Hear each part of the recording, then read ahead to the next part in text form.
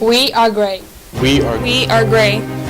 We are gray. We are gray. Predicted that by 2050, 1 out of 12 people that believe now will no longer believe. 83% of people call themselves Christians.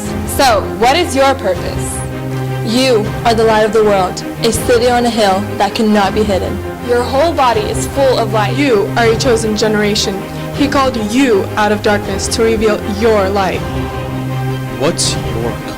Is your life black, gray, or white? What is your purpose? Tell me, what's your definition of a Christian? Why are we here today at this camp? Why did you wake up today? This year, at this camp, we want you to think about one thing. What color are you? Do you want to keep living with the same habits, the same routines, and the same color? Or do you want to change? You have 6 days. Is your life gray? Are you stuck in the middle? Or are you white? Have you decided to follow Jesus?